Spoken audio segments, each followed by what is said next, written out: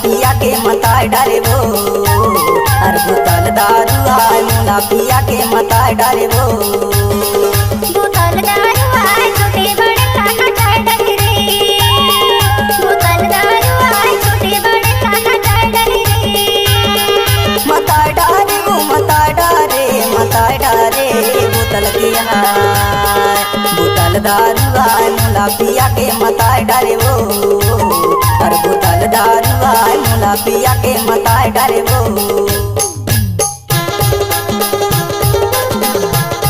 DJ Kamlesh.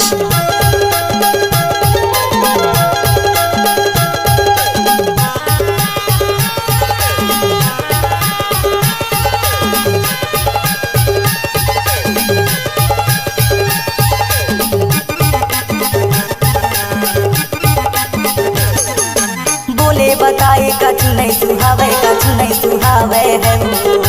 बोले बताए कछु नहीं सुहावे है वो।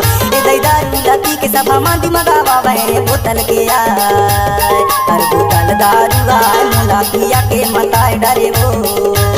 हर बोतल दारू आए मुला पिया के मताए डरे वो। Mixed by DJ Kamlesh.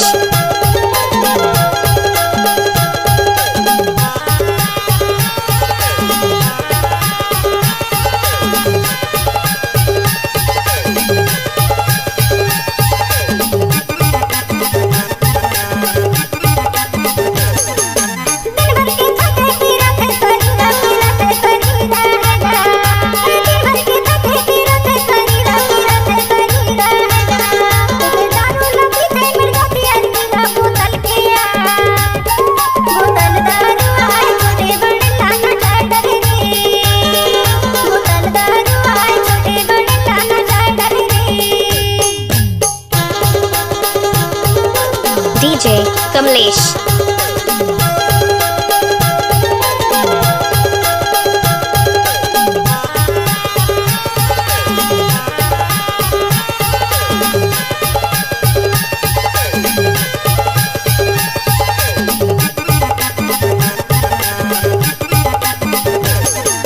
सोए रतिया माँ सोचत रही थे यार हाय वो सोचत रही थे।